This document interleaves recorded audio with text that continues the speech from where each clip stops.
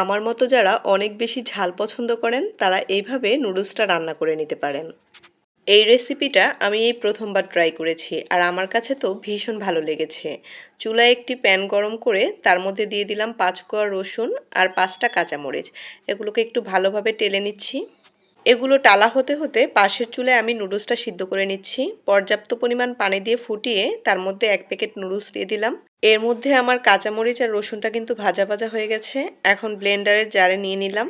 নুডলসের প্যাকেটের সাথে যে মশলাটা থাকে ওই মশলাটা আর সামান্য পরিমাণ পানি দিয়ে আমি এটাকে এখন ব্লেন্ড করে নিচ্ছি।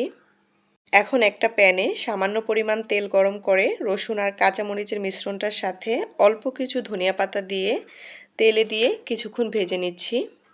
এখন সিদ্ধ করা নুডলসটা পানি থেকে তুলে আমি মশলার সাথে মিক্সড করে নিলাম আর উপরে দিয়ে দিচ্ছি ১ ফালি লেবুর রস।